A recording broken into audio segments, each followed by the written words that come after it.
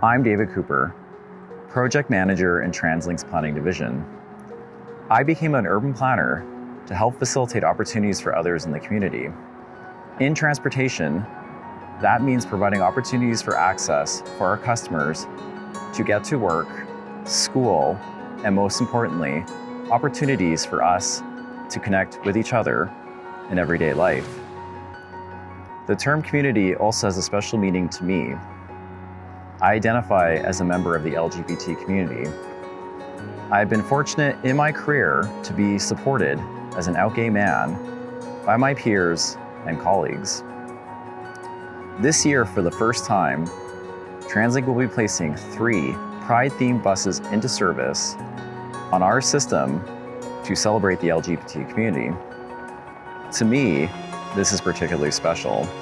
In a highly visible way, TransLink is showing support of my colleagues and the LGBT community here in Metro Vancouver, letting us know that the organization supports us. From all of us at TransLink, happy Pride.